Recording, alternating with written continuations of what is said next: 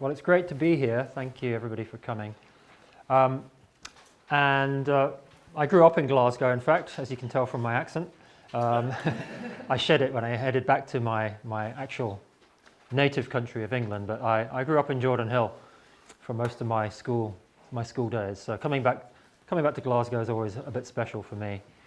So I'm going to be talking to you about knowledge infrastructure and how I think it sheds some light as a concept on what's going on in education at the moment. And this is, we're going to be talking about concepts and ideas, but this is not just theory. This is happening as we speak. Okay? Right now, not just in AI and analytics research labs, but out there in the vendor market, you can buy these kinds of tools, and this infrastructure is being laid. The plumbing is being laid, the cabling is being laid for what I think is a profound shift in how we may see the phenomenon of education, okay? Teaching and learning. This is not a dystopic vision of the automation of all human beings out of the picture, far from it. But we will be talking about how we build an infrastructure that we can trust, which for many good reasons is something that's worrying a lot of people. Okay. So we're going to be talking about how we are going to be seeing the world of learning and teaching in a different way, and we better understand what these new lenses do. Okay. A quick acknowledgement to my amazing team at the Connected Intelligence Centre.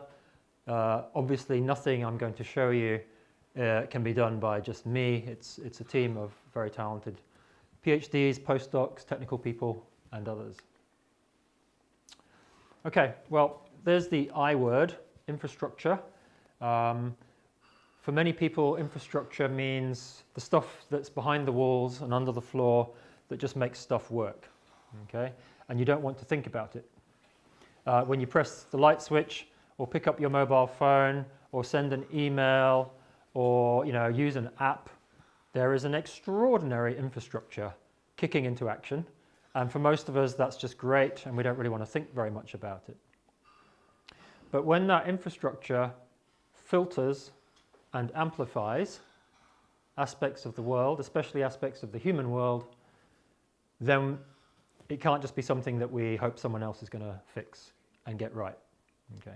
And when that infrastructure is something that we'll be using as researchers to see the world in new ways, we really better understand how that picture has been distorted. Because that's what a lens does. That's what a model does, right? What is a model? It's a systematic way of distorting the world for some good purpose, but you better know what you're missing out as well as what you've included. And we need to talk about the T word, and as we'll be seeing, this is a question of trust in AI and analytics and big data is now just all over the news, which is amazing and fabulous, right? It's all over the news because bad things have happened, but it's the literacy of society is growing quite fast. Surely not fast enough, but how do we build these kinds of infrastructures that we can trust? Okay, what does that mean? Information wants to be free. I say infrastructure wants to be invisible. Right? Infrastructure sinks into the background amazingly quickly. Because when it works, we forget about it and we focus on the task in hand. That's good, right? You do not want to be thinking about the TCP/IP protocol every time you send an email. You do not want to be thinking about HTTP or how the signal is getting from my radio mic to that camera. You want to focus on what I'm talking about. And we only focus on the infrastructure when things break. And then we go, where's the tech guy? My slides aren't working, etc., etc. Then suddenly the infrastructure is in the foreground.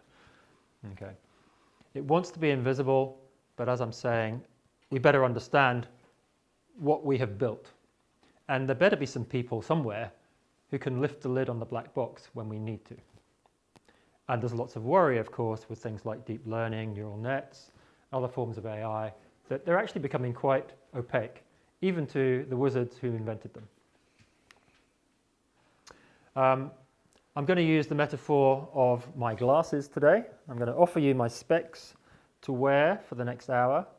And my specs are very interesting for me because they are multifocals. This is the first time I've worn multifocals. I got them about 9 months ago. And it's changed the way I experience the world, as you would hope. They are amazing augmented reality pieces of technology. And so we're going to be looking at this changing scene through some long distance as well as close up. Okay? We're going to have some big picture lenses. Knowledge infrastructures is one of those. But I'll also get to talking about actual design practice. Because what we need, and I'll probably say this several times, is we need insider accounts from the people who are building these systems. People who are thinking and building reflectively about how they are making these decisions and how they are taking on board these very real concerns around the integrity of the system. What do we mean by integrity, even? Okay, so I have been involved for the last 10 years or so in helping to shape this field of learning analytics, also known as educational data science. And it hasn't just popped out of nowhere. It's very much like other fields, like learning sciences and other interdisciplinary fields, many tributaries coming together. Learning science, educational research. And by the way, a lot of my slides are going to say learning sciences on them. And I'm kind of interested to know whether you can flawlessly swap in educational research if you consider yourself to be more of an educational researcher rather than a learning scientist. I know they're not the same thing. Okay. Obviously, we've got data science, information visualization, human-computer interaction, a lot of people coming together around this idea that maybe analytics and data and AI are going to give us new ways of seeing what's going on in learner progress. Learning analytics is often talked about as the intersection of learning and analytics, surprise, surprise, right? But the discourses in those two worlds are extraordinarily different, very, very different. How can you have a conversation about the extent to which a learner is achieving a desired learning outcome, right? Using the language of, their competence to do this or their disposition to do that on the left, and log files that come out of Moodle or some other learning platform, machine learning or statistics, how do they talk? Of course, education and data there has been a discourse around that for a long time, but we tend to be talking about traditional data that you find in a school or in a university information system.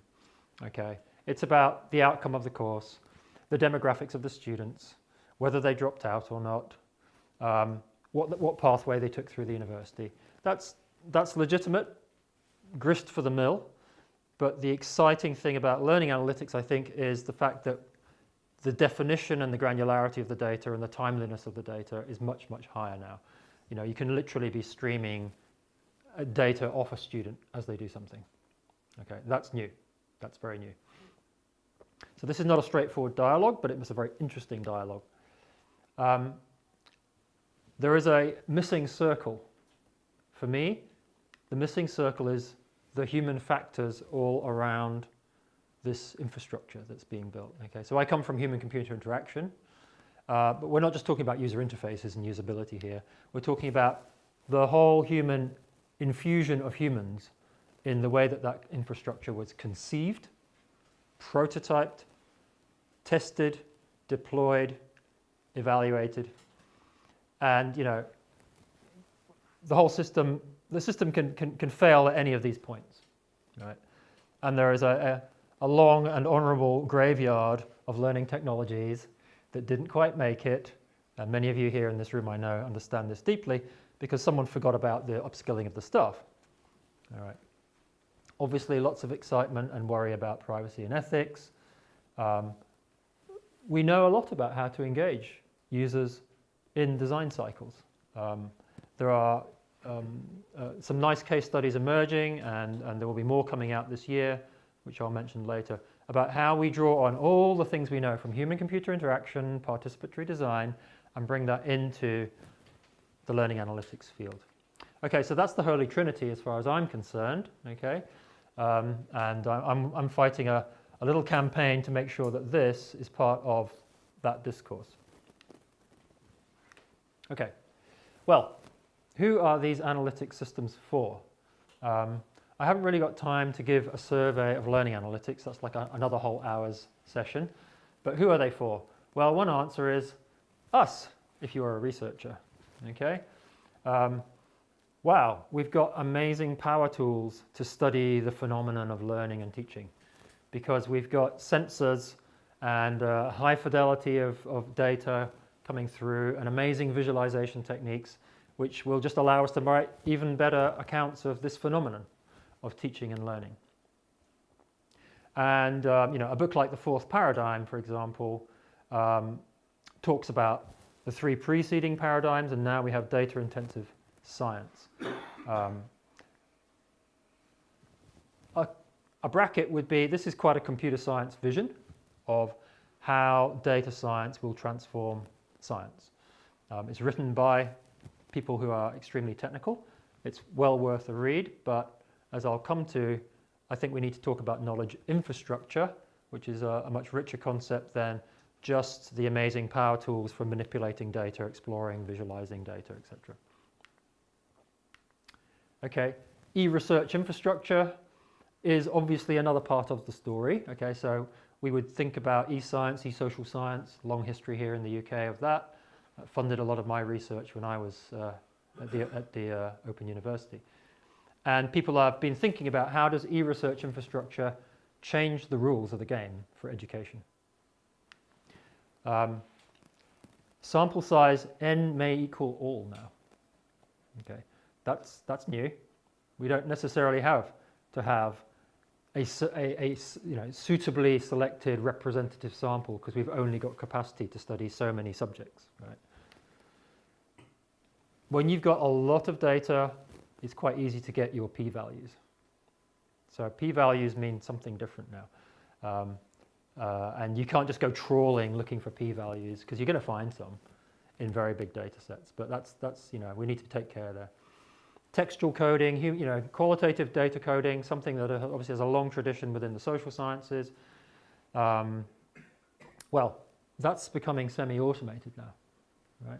There are groups who have built automated transcript analysis tools, and they've validated them with humans, and now they just put their transcripts through the tool, right?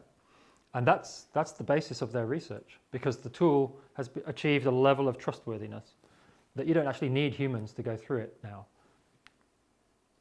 Social ties, again, used to be a tedious manual process to figure out who was engaging with who and why and how and to visualize it. Now that, certainly with online platforms, is just commodity analytics. These questions do not sidestep the important questions of how you interpret these and how you make meaning out of them. But things have changed, and I'll make these slides available afterwards. Of course, you can follow up. There's a couple of very nice papers that are reflecting on the implications for educational research of this e-research infrastructure. Right. Well, who else might learning analytics be for? Well, shock horror, learners. Maybe for the first time, we can close the feedback loop in a way that we've never been able to do before. Right? Every day, every hour, on demand. Tell me how I'm doing. Tell me what the next best thing is I should do to improve. And we know how important feedback is. So the learners and the educators, because of course the teacher wants to know what's going on in the classroom. The teacher needs some view of how the class is doing, whether that class is online and there's thousands of them in a MOOC, a few hundred in here at the university, or a classroom in front of you as a teacher.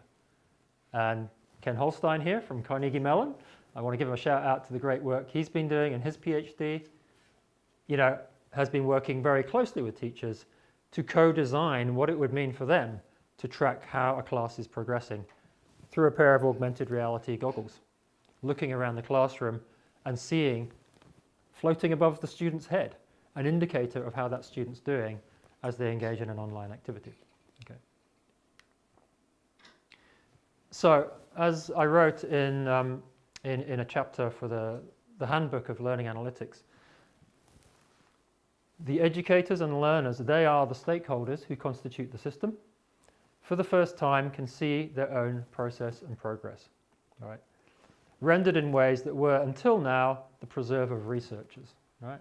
So, get some funding, get some smart PhDs and postdocs, study learning. Yes, of course, you can create representations of what happened, generate visualizations, build your bar charts, etc. But that's a slow, expensive business. This is becoming embedded in the infrastructure. That's pretty exciting, okay? This is becoming embedded in the socio-technical infrastructure.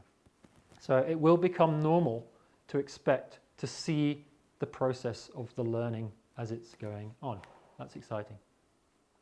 Okay, the cautionary note now, okay? For some people, people like me are the bad guys. We want to quantify learning. We want to track learners in what might be creepy ways, right? And the infrastructure that enables that to happen is starting to be owned by all sorts of people who never before owned that kind of data and analytics. This is our context. This is our context, right? We are not doing this in a bubble anymore. Post-Snowden, post-Cambridge Analytica, post the next big news story that will break, right? This is casting a shadow over the huge potential, but it's also making people ask good questions about what we're doing. And they're out on the streets. People are not happy. For example, if we take Pearson as one of the big publishers, right? So my job today is not to hammer Pearson. I'm just picking that out because 2 weeks ago, unions and parents were on the streets disrupting Pearson's annual general meeting, right? Worried about AI.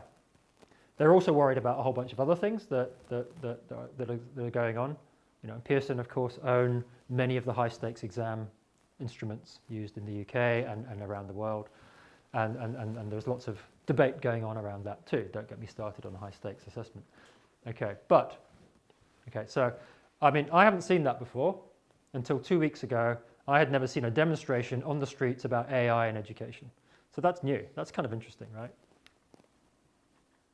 But they don't really understand AI. They really do not understand very much about what's going on. So we need somehow to start finding better conversations so that we don't get some kind of Luddite reaction, but we can ask very hard probing questions of these platform owners, but from a position of knowledge and insight and expertise, because we build these things too.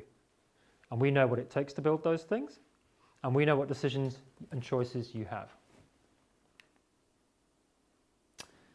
Part of this shift in the rise of literacy in this are these great books written for broad audiences to introduce them to weapons of math destruction.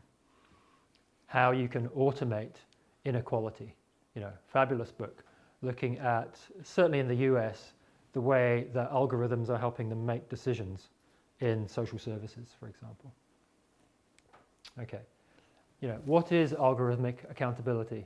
Data and Society doing a very nice job of, again, communicating to a broad audiences what algorithms are, what they're not, what AI is, what it is not, and what it means to hold them accountable.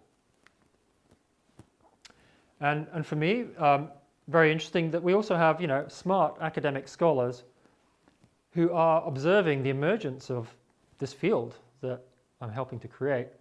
And, there's a running commentary on my field from outside, from other academics who are asking hard questions about the datafication of the system, about who owns this stuff, that algorithms are be closing down opportunities for students because the algorithm has decided that I'm not ready to take that course, so it's not available to me. Or the algorithm has decided I'm at high risk and something happens as a consequence, and the risk factors around misclassifying students, mislabeling them, etc. Okay, so someone like Ben Williamson just moved to Edinburgh from Stirling, great guy, writing very cogently, but we need to have some very good responses to people like Ben and Neil Selwyn down at Monash. Okay? So one of the things we do at LAC is bring in external critics and allow them to have a go at us, because we really want them to give us a good kicking so that we can understand how we're being perceived, as well as we jolly well better develop some good responses.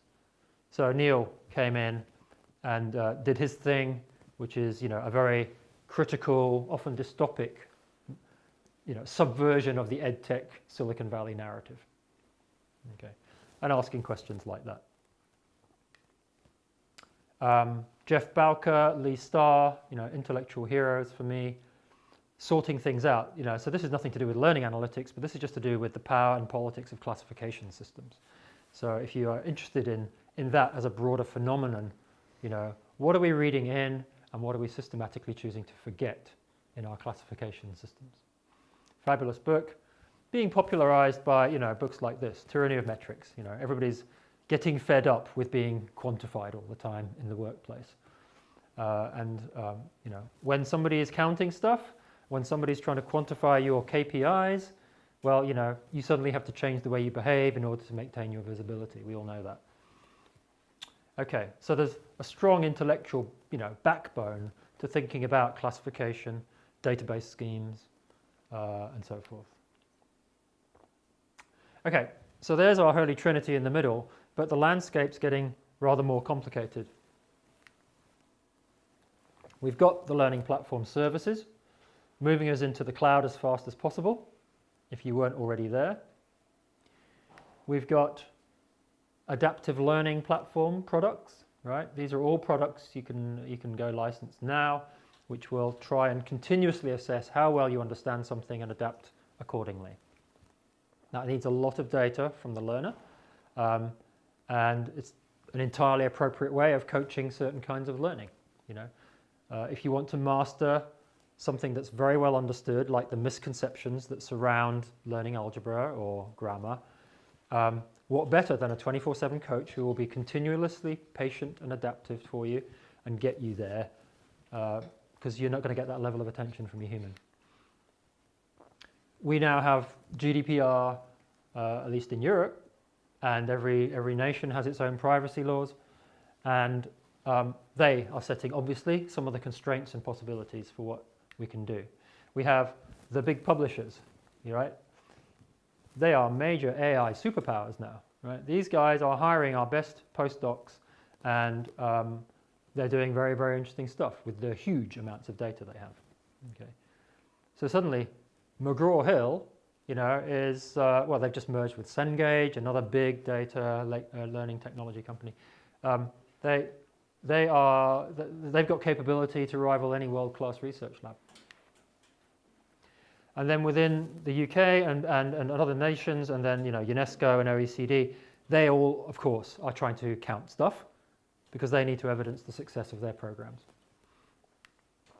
And then we have venture capitalists powering the edtech startup industry and some very big philanthropic foundations as well. And this is the web in which I'm now doing my work. Okay, and I can't pretend to just I'm in some bubble. This is an interesting and complex landscape to be in. So we'll come back to that little figure a bit later on, but as a summary of the sort of ecosystem that we're in. Okay, so now we're going to put the glasses on and talk about knowledge infrastructures, and I'm also going to talk a bit about Pasteur's quadrant for those of you who are not familiar with that.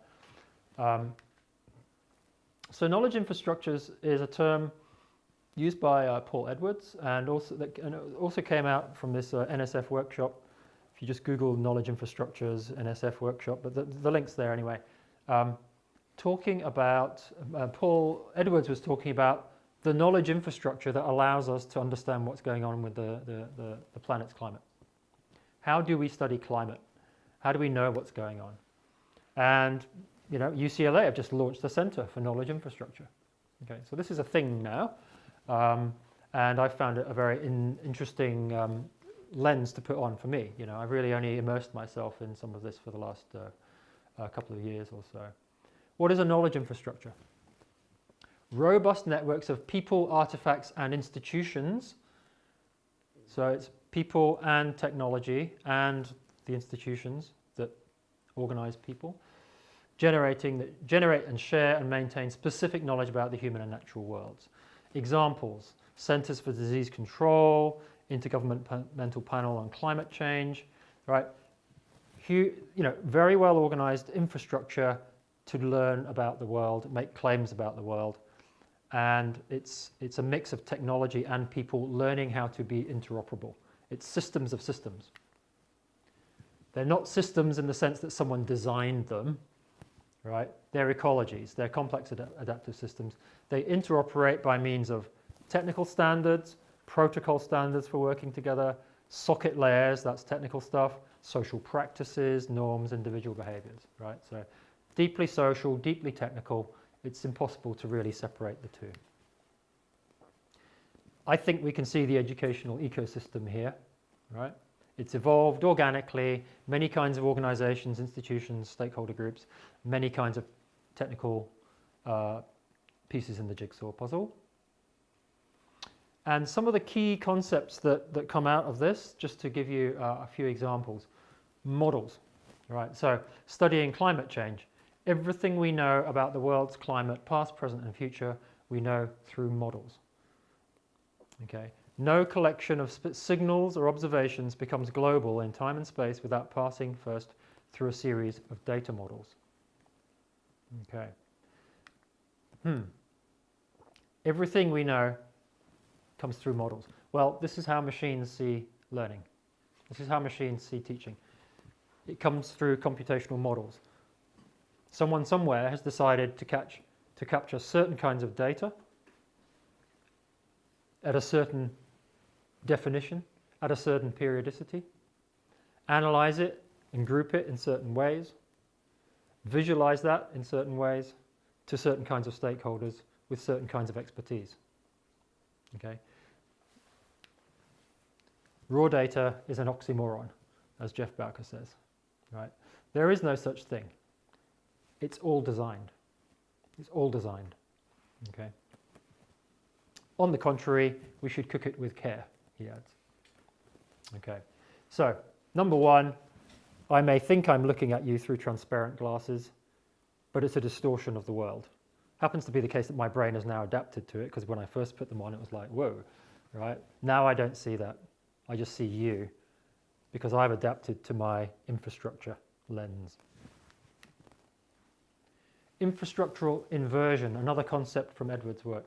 The climate knowledge infrastructure never disappears from view. Interesting case, never disappears from view, because it functions by infrastructural inversion. Continual self-interrogation, examining and re-examining its own past. The black box of climate history is never closed. I think that's fascinating. I also think it's incredibly important for us as we think about our educational infrastructure. We have to keep lifting that lid on it, and we need to equip learners and educators to engage critically with that infrastructure. That doesn't mean that all teachers must become machine learning experts, obviously, but it does mean that they need to be able to ask the kinds of questions an educator would ask and get a pretty good answer for it, okay? And not just be told, oh, well, trust us, it was developed by experts. That may not be good enough, especially when something goes wrong. Metadata friction, another interesting concept. So what they do a lot of the time is go back over old data and reinterpret it, but the old data was captured using old-fashioned tools. Now we have amazing digital tools, right? But when you go through the data, you find that you're fighting what he calls metadata friction, which is the difficulty of recovering contextual knowledge about the old records. Okay? So again, in education, of course, we do go back over old data. But when that data has been captured at an astonishing volume and velocity from a particular infrastructure that might not even exist anymore, we're going to run into the same problem. Okay, so just a couple of glimpses then of why I found it very instructive to look at knowledge infrastructure as a metaphor for what's going on in education. And in fact, more than a metaphor, I think it's actually coming to pass.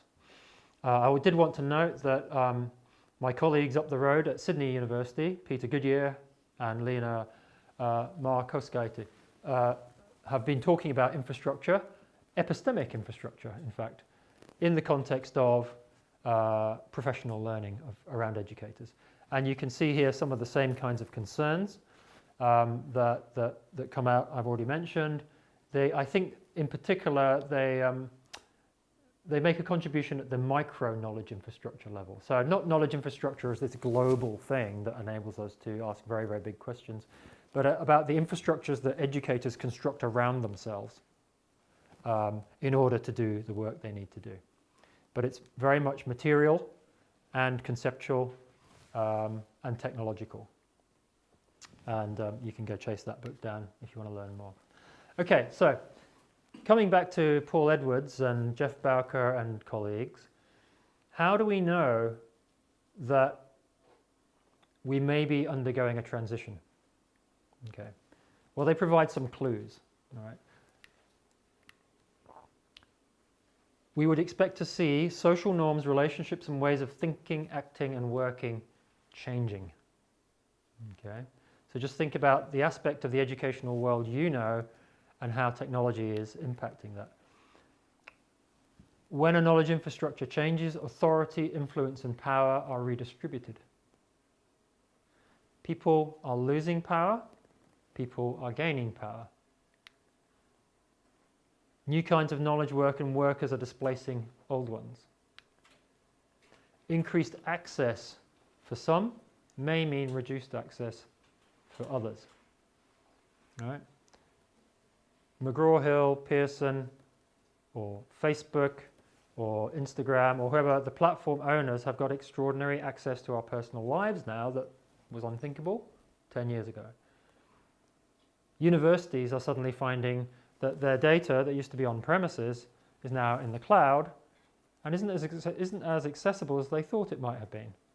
They didn't read the small print very well, they didn't understand the APIs that were going to be made available, and new stakeholders have got access to stuff they never had access to before, and suddenly old stakeholders may have actually reduced access. And so some of the worries about all of this, would be things like, the outsourcing of student feedback to machines. Who gives the learner feedback? The teacher. That's what we pay them for. That's why they train so well, hopefully. Now it's a machine developed in Silicon Valley by we're not sure who had a particular view about learning. We've just outsourced one of the core functions of a university or a school. Okay, that might give us cause for concern. As I've said, alarm around the political agendas over the collection of educational data. So Ben Williamson, for example, looking at the datafication of the higher ed sector in the UK and what agendas are in play there. Concern over the commercial drivers. Well, I've just shown you some examples of who some of those new stakeholders are. And worries that the use of analytics or AI actually is associated with a very dated pedagogy. That may or may not be justified. I'm editing a special issue at the moment of BJET, British Journal of Educational Technology, where some of the people doing this will robustly defend themselves, okay? Because I want these insider accounts to respond to these kinds of critiques, okay? And I want to emphasize that even though questions like that are really important, I'm not anti, commercial involvement in learning. Huge innovation going on. Far faster than the education sector innovates, but of course it's not all good. And some of the immaturity we see in the learning analytics field is also part of this transition into a new infrastructure.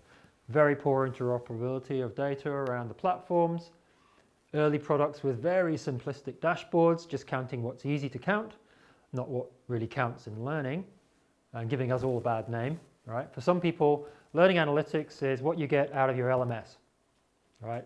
Counting some really very, very basic things, which don't give you a lot of insight into learning. Growing recognition of the data illiteracy in educational institutions. Our leaders Really, and educators, they're not used to working with data. They really aren't. And that's part of the upskilling that we need to be attending to. And that's the point I made earlier about the fact that universities suddenly find they don't actually have access to their own data in the way they thought they would. We see the use of machine learning in uncritical ways. A lot of work going on around how bias creeps into data and algorithms. We see the poor grounding of analytics in theories of learning, and I'll talk a bit about what that can look like. Okay. So learning analytics is often atheoretical. Well, in fact, I would say it's not neutral at all, but there's some implicit worldview that's just been embedded in the analytics that's not been very well thought through. We do see a fascination inherited from the business world with predicting student failure, right? Trying to predict whether a student's at risk so we can make a timely intervention. Well, who could object to that?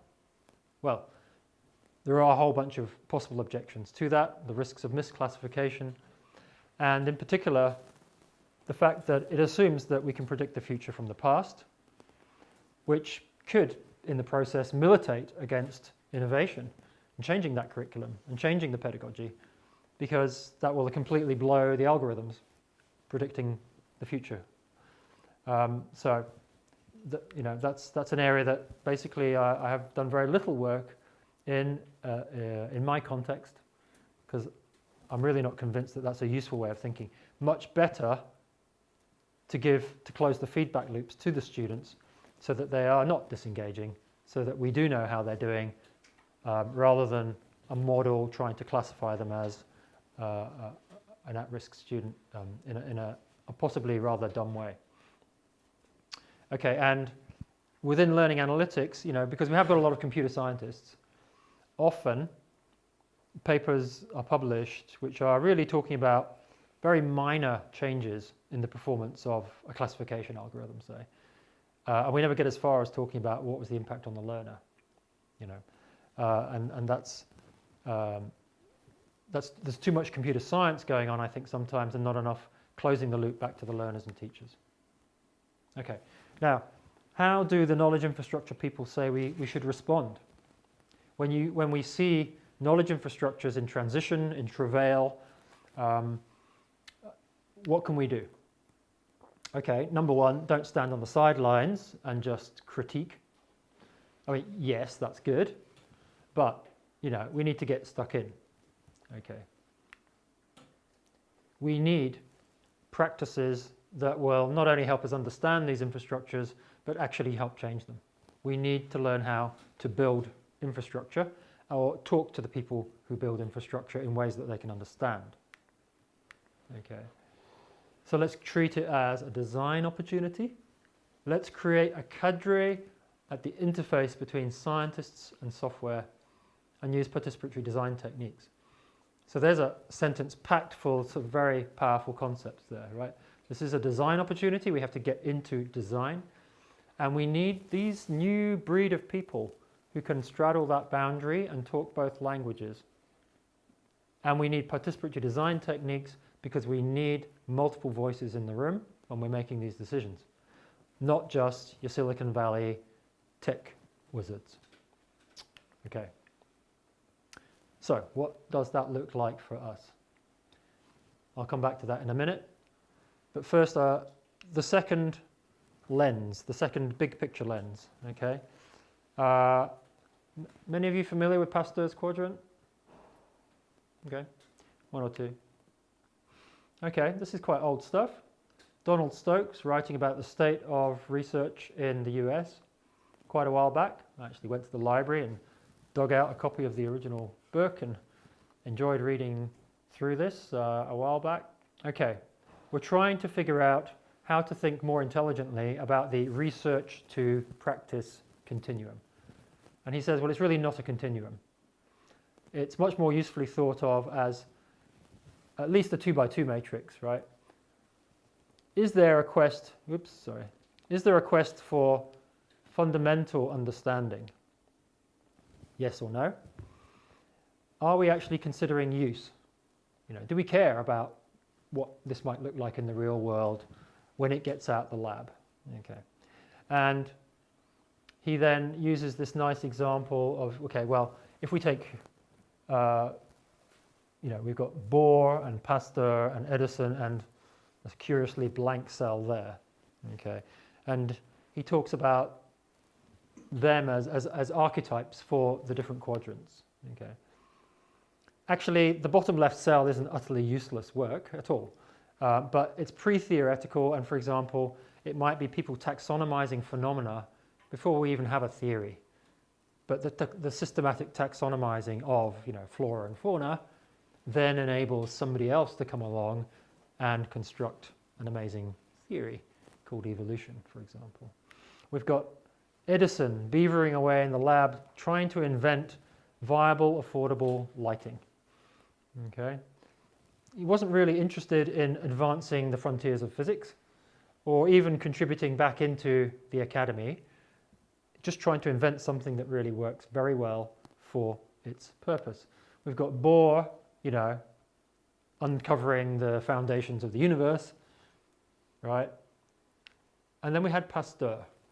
And Pasteur's quadrant is interesting because he's trying to make a difference to the world, but on the way, he's going to really have to understand bacteria and how you control them. Okay. Or we're going to do some pretty serious physics along the way of inventing an atomic bomb. Or Keynes wants to learn how to control economics, but invents, some very powerful theory en route. Okay. So we are use-inspired, but we're also doing basic research. And that gives us pause for thought as to what kind of game we think we're in, okay, as people trying to work in education. So if we zoom in a bit, can we locate the learning sciences within this space and learning analytics? Yes, maybe we're just trying to build a learning analytics system that will solve a particular problem for some people, and it might be drawing on current theory, or it may not be. It may be somewhat atheoretical, and there are no incentives or interest necessarily in feeding back into research concepts. Over in Bohr's quadrant, of course, the learning sciences and educational research may be trying to establish foundational constructs to do with learning. And in data science and AI, we may be inventing new algorithms or trying to figure out what a new cloud architecture looks like using some computer science theory. In Pasteur's quadrant, of course, we do see the learning sciences trying to make a difference, using things like design-based research methods, improvement science, and collaborative data-intensive improvement, which is a concept from this book here, which is a very, very good book, which I'm very happy to highlight to you. Learning Analytics Goes to School, by a team who came out of SRI in San Francisco. A very mature account of how data science and teachers should work together as equal partners. So yes, there are methodologies being developed that try and actually build sustainable impact into the educational institution, and not just go in as researchers, do your thing, and then pull out again, and not really have made a sustainable difference. In learning analytics, we are interested in design-based research, for sure, but there's an additional burden on us. We want to build functioning software. We want to build functioning software that is inspired and grounded in research, in theory, but it's got to have functioning algorithms, code, a good user experience. It's got to embed into teaching, and we want it to impact learning. Now, en route, if we've taken a theory and tried to embed that in the software, we might be able to make some claims that actually, that's interesting. We think we actually have codified some of the assumptions about the world in that software. And just as in many fields, the fact that you can model and computationally a theory, that's an interesting advance to make anyway. Okay. So, Pasteur's quadrant, I think we're there, but it provides a very specific challenge for us in learning analytics, because as in much ed tech research, there's a very nice report called Beyond Prototypes from the Open University team. Eileen Scanlon led that. so much EdTech innovation just sort of fizzles out. It never really goes the whole way that it was hoped. Many good reasons for that. But, you know, so we can develop some very interesting, exciting ways to give students feedback. But when we're in Pasteur's quadrant, we want to scale this. We need lots of users, all right? You can't have lots of users without robust infrastructure and a good user experience. And so one of the problems that we've been wrestling with at UTS is how do you accelerate that transition? How can we in my group be both doing innovative work and trying to get that rolled out across the university? Because we're a bunch of researchers. We're not a software house. Okay. We wrote an article in EduCause working with Timothy McKay at Michigan in the Academic Innovation Office there. And they created something called the Digital Innovation Greenhouse, which essentially was to create a small internal software house to take some of these amazing EdTech ideas that were coming out of a research grant and help scale that for all the other academics who were getting very excited about it. But the poor professor was not in a position to service the university with his or her EdTech innovation. They've moved on to the next grant. The code's ropey, probably a rubbish user experience, but you know, it was good enough to get the lab studies done and write some good papers. But that's not an enterprise grade system. So this challenge is one that Tim and I have both been reflecting on. And this is one of the reasons why the Connected Intelligence Center at UTS is up here and not down here. Okay? This is where I spent my life. This is where most learning analytics researchers are, doing great academic research, being world-class researchers, publishing their papers, bringing in the grants, but not making strategic system-wide impact because there are no incentives for them to do that. Okay. Of course, there are also analytics people here, business intelligence, learning management system, right? We have to talk to all of these people, but we're here reporting straight to the Deputy Vice Chancellor for Education. Okay. So we're kind of a hybrid innovation and services center. All right, we have got analytics innovation going on in a non-faculty center, reporting strategically, staffed by academics, PhD students, postdocs, mid-career people, and a small admin team. And we designed and launched the whole master's program as well. We have a board of studies, we have a PhD program, so we're like a little mini faculty as well. So breaking quite a lot of new ground, and we spent a lot of time falling through the cracks in the university siloed infrastructure as well, I can tell you. Right? They didn't really understand who we were. Right? Interesting model, I thought. Okay, so what kind of people do I need to staff that kind of center? Number one, please can they talk to humans in a way that's understandable? Please can I send them with confidence to a meeting with IT or with a member of the faculty, and for them to have a conversation that's going to make sense to that non-technical person or someone who understands nothing about analytics. Of course, they need all those other good technical skills. It's a mix of technical and human-centered design skills. And I like to think of us as being able to talk in the boardroom, right? The university must understand why we're strategically important. They've got to be able to talk to academics and understand the constraints academics are under. And they need to be able to go talk to the guys who are running our enterprise infrastructure. Because we're building stuff that we want to hand over at some point. Okay. And that brings a number of advantages, as you can imagine. You know, I'm meeting with the DVC and all the other directors in her portfolio. Stuff gets done. Stuff gets done that would be very hard to do in terms of if I was just an academic in a faculty. It means that I can work with the people who are doing student services. I can work with the director of the centre responsible for teaching and learning technology innovation. Fewer turf wars, you know. I'm not coming in from a particular faculty. I'm a neutral party. That's good. And we have baseline funding, right? I don't spend my life writing grant bids, although we do that too, but we're not dependent on that to function. So that means we can plan longer term to create what is essentially a knowledge infrastructure within the university. Okay.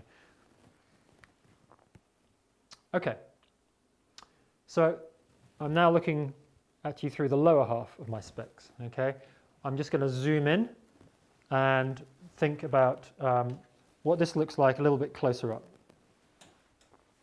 Noting time as well, so I'll be stepping quickly, hopefully. Okay. What's going on when we build one of these systems? There's a whole bunch of stakeholders and some key links in the chain. Someone somewhere has got a view about learning. It might be a theory with a capital T. It might be just an instructional framework. It might be a bunch of assumptions. But maybe it's a respectable theory. Along comes your friendly learning analytics researcher and says, sociocultural theory, that might help us analyze text and discourse. Or, and we're going to need to write some rules. We're going to have to formalize in some way. It might be if-then rules, or it might be something more like a classification algorithm or something to analyze similarity. But we're going to formalize it. That's what an algorithm is, right? You can write it on a board with a whiteboard pen. Then it's got to become code. Then someone's going to translate that into a functioning software on a hardware platform of some sort, generating data, hopefully with a user interface for somebody. Who's that somebody? Well, an educator or a learner, maybe an instructional designer, maybe the course director, who knows. I'm particularly interested in interfaces for these people though, because I want to close the loop to the stakeholders in the learning context. Okay, so there's a simplified picture of what's actually going on in such an infrastructure. Okay. Now I've done a deep dive into this question of algorithmic accountability using that framework, which you can play if you want to deep dive into that. But here's the quick story. We can now start to look at accountability relationships between these different stakeholders. Computer scientists will ask certain questions about the integrity of these relationships. Right. Data scientists will ask questions about the integrity of these relationships, perhaps. Right. Added training data there, right? They know about this part of the system. A user-centered design person is asking about how did these people have a voice in shaping that whole thing? And a learning scientist or maybe an educational researcher might be interested in these accountability relationships. You say you're interested in, you say you're inspired by constructivism. Lovely. And you're arguing that this is a faithful interpretation of somebody's claims in constructivism. Okay, all right. And because you're interested in constructivism and the way that solutions are derived in an open-ended problem, well, I'm expecting to see particular kinds of learning outcomes there and particular claims about the processes that underpin that learning experience. And they will be very different if it was a different kind of theory. Okay. So we can ask questions about the relationships between these things, and we might also be interested in the user experience there because the constructivist theory wants to see certain kinds of things going on in this online platform, and that's where that action is going to be. Okay. And that question about the relationship between the theory and the formalization of it is a very, very important point of discussion at the moment in the field. If you've not come across it, quantitative ethnography, an interesting take on how we can bring together two it's almost a tautology, right? What are we talking about? Quantitative ethnography, right? Well, check it out. And there's also a great keynote by David Williamson-Schaefer from our last year's conference, which you can view. And he says, look, we've got the opportunity now to expand the tools of ethnography. And he says, he believes history, literary analysis, philosophy, in fact, any discipline that's concerned with the construction of meaning, right? That's any traditionally qualitative field. We can bring statistics in. It doesn't mean that all those techniques need to be dumped at all, you know? But when you have done a lot of the groundwork associated with these, we can bring statistics in, and they provide additional warrants to support the claims we want to make. Okay. Or take Carolyn Rosé, thinking and writing very cogently about the relationship between, say, machine learning in education and theory. Okay. This is not about being atheoretical. It should not be. A caution against, a bottom-up atheoretical empiricism. There are rich frameworks for motivating the way that you use machine learning. And let's strive for a productive kind of dialogue here. It should not be another version of the quants versus the quals. But within education, there are many, many people who are very, very suspicious about all this quant stuff, right? You stupid computer science, AI, stats people think you can quantify what is a very, very complex, qualitative, contextually sensitive phenomenon. Who are you kidding? Well, there are some very smart people thinking about how this works now. Okay.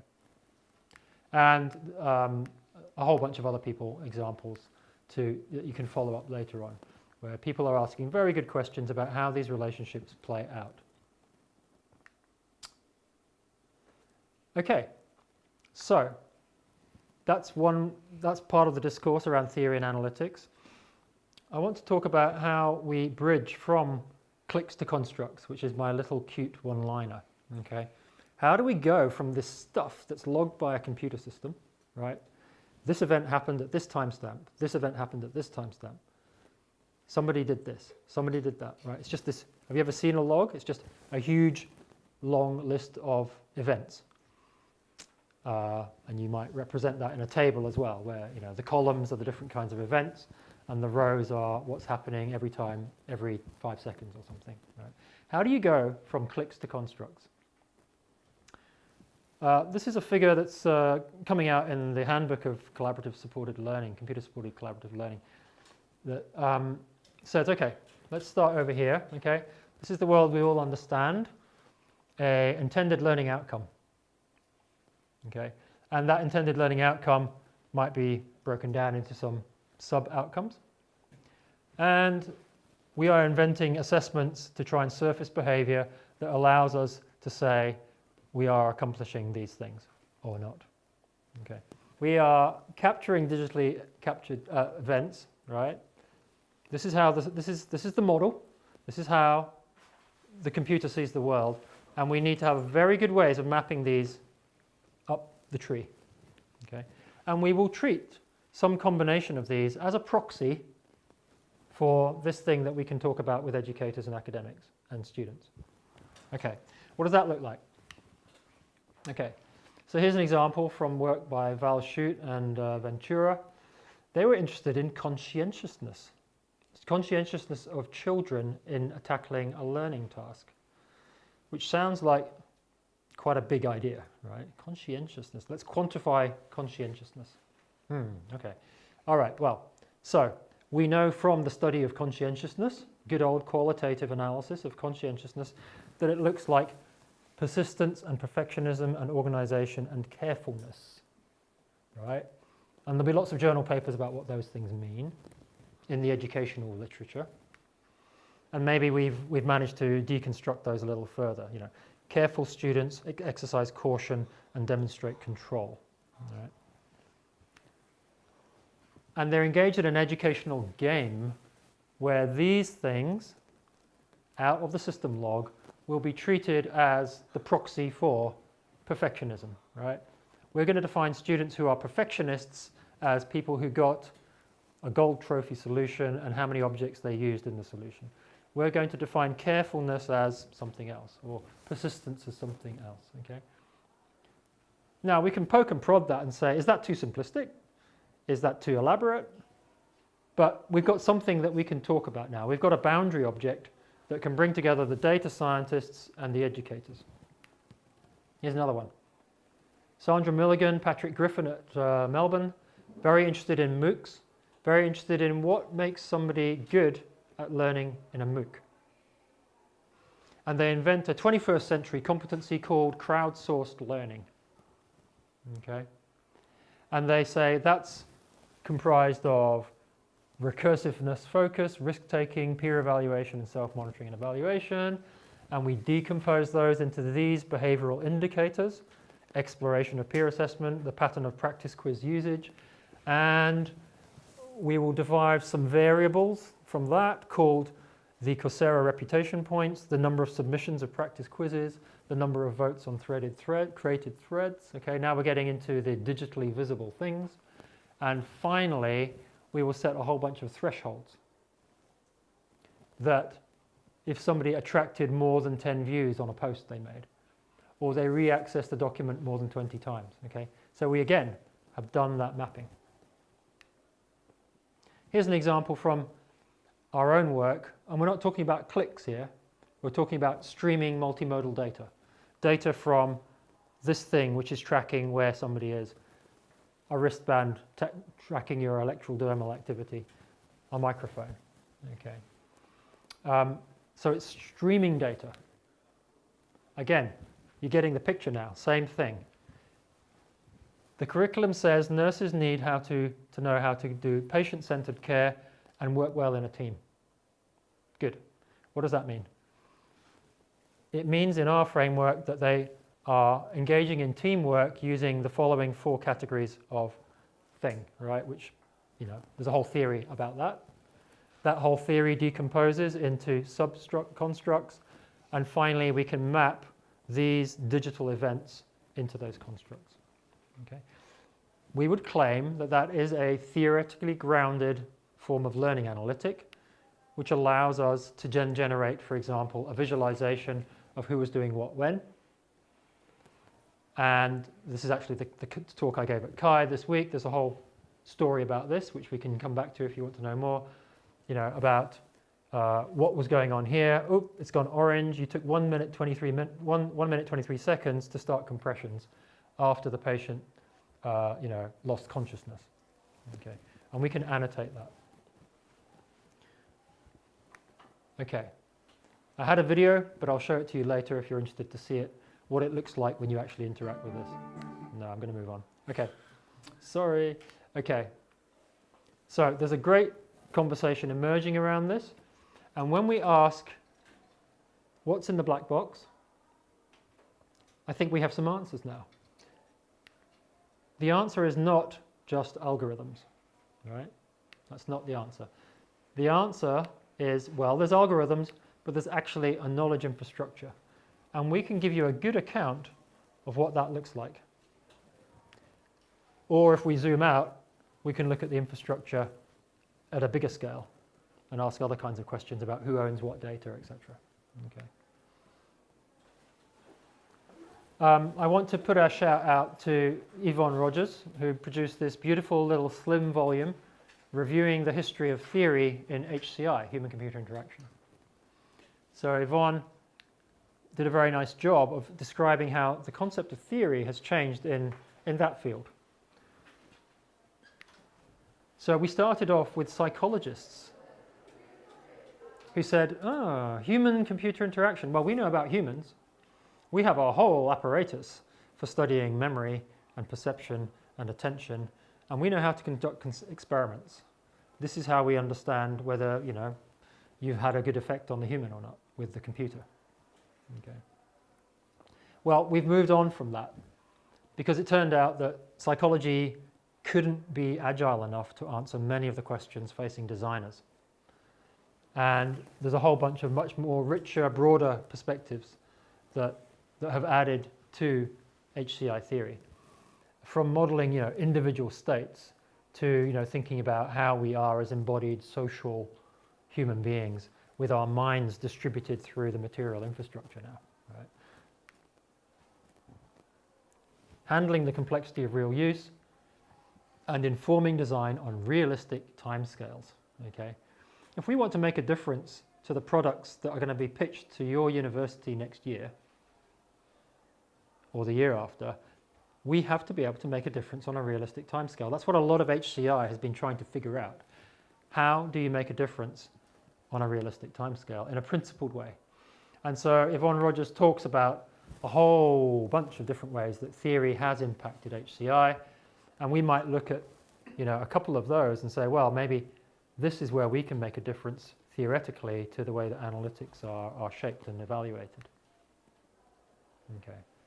But to what extent are we training our PhDs and our postdocs to know how to do that? Right? Do they feel equipped to join a team and make that kind of difference? Okay. Finally, design practices. So I want to just zoom in on one design process that we've been through at UTS, just to give you a feel about what it looks like in the team building one of these things. Okay. So we have a tool that gives instant feedback on draft writing. We're focusing on academic writing. So this is not spelling, grammar, and plagiarism. This is about signaling to the reader what this paper is about to do. This is about identifying disagreements, tensions, and inconsistencies. And you do this by making rhetorical moves. As academics, we know what those look like. And if you've learned how to write academically, you know how to make those moves to signal to the reader and the reviewer, what's your claim, what's your contrast, what's your contribution. Okay. So without getting into any detail about how that's working, okay, how do we get an educator involved in tuning that for their subject? Okay. So here's an example. I created a Word version of a confusion matrix. I said, look, we have this thing called a true positive and a true negative, and once they understood that, I said, okay, take the output from the tool, we'll paste it into Word, and we just want you to go through and annotate it, TP, TN, TP, TP. Okay, tell us where the machine got it right when it highlighted a sentence and where it got it wrong and why. And that's just a more structured way, using a very familiar tool for the teacher to give us as a team structured feedback. We then work with that educator to make sure that the assessment rubric for their writing task aligns with the kinds of sentences that the tool can pick up. And we provide examples for the students as well that show them what these sentences look like and how they map back up to the assessment rubric. Okay. And these are the kinds of things that students say when they've actually been using a tool like this. We ask them, well, what's it like having a tool that's kind of critiquing your argumentation? It's critiquing the way you've structured your case. And we certainly had a lot of positive feedback, which you can see there. It's not perfect by any means, though. And there's a paper where you can read about the kinds of reactions that we get from the students, positive and negative. But overall, positive. We've been very encouraged. Or reflective writing, where the student has been, say, on a work placement, and we're trying to squeeze the learning out of that by getting them to engage in reflective writing about what it was like to be on the ward or in front of a class of students or in a real company for the first time. So there's a lot of scholarship around this. It's very different from academic analytical writing. This is where you're going to tell me what you don't know, what you're feeling uncertain about, how you're changing, right? And we understand what that looks like when it's done well. We also understand why it's hard for students to do. Okay, so going way too fast, we have a framework for good reflective writing based on the literature, okay? But we're not going to put that in front of the students. What we're going to do is say there's 3 big icons to do with talking about the context when some critical incident happened, talking about why it was challenging for you, and how that might change you in the future. Right? So we are now doing the user interface piece. We have to simplify that underlying theory into a user experience.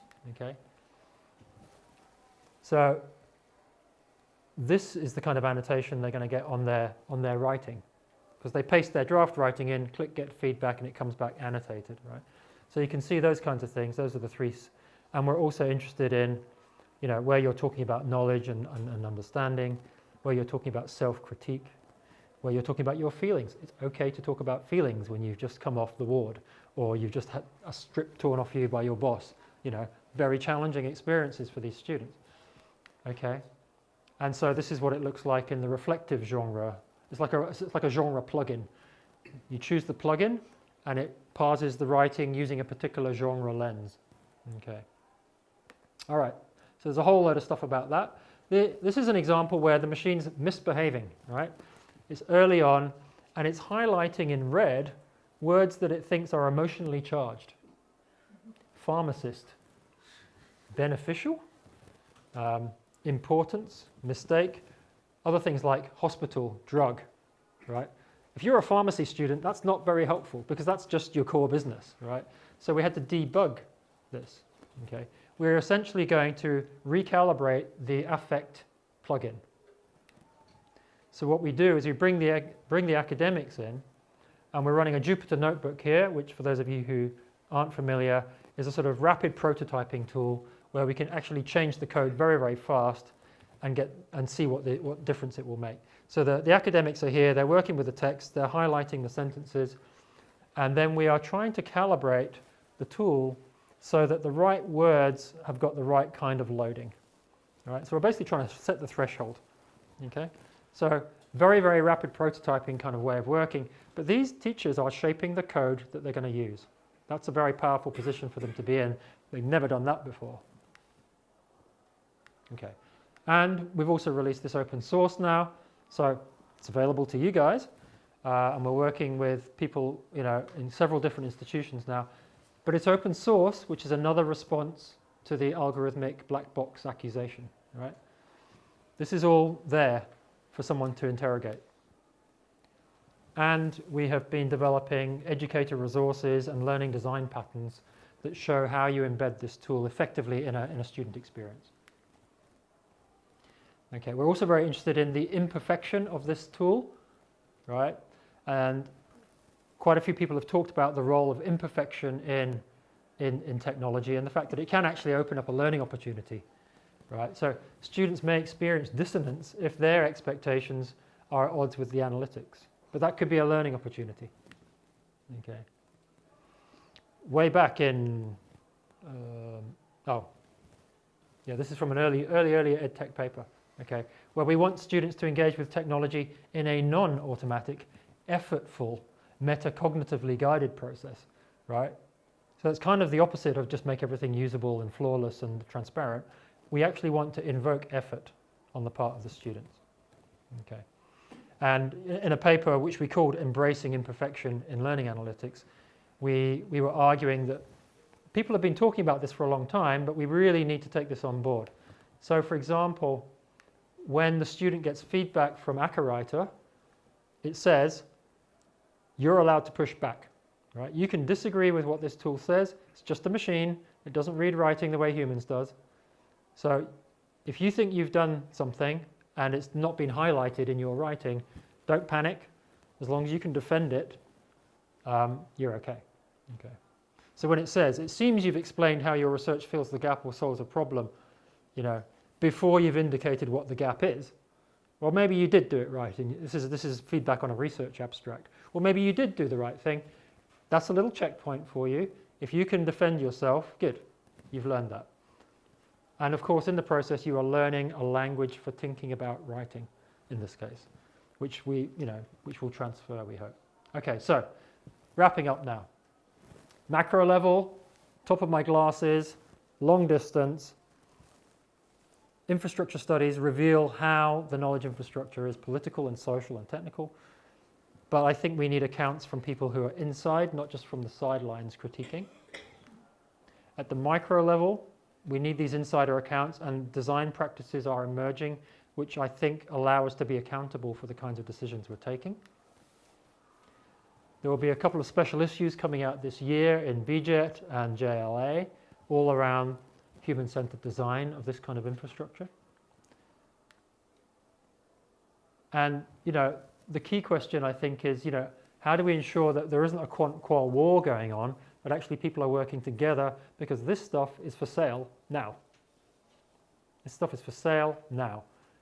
And who's going to change what they look like if it's not us? Okay. And to me, it's about designing with integrity, not in some fluffy sense. This is about integrity, because when somebody says, what is going on under that bonnet, we can give them very good answers, whether they're an AI technical person, an educator, a student, a parent. What's this thing my kid's using? How can we give them a good answer in an appropriate level of detail? So this is a great time to be doing stuff, but we cannot have some research impact divide that means that we'll just keep publishing our papers and landing our grants, and the companies out there will keep doing their stuff. You know, we need to know how to talk across that divide. Some possible discussion points, but you may have your own questions yourself. I'll stop there then. Thanks very much.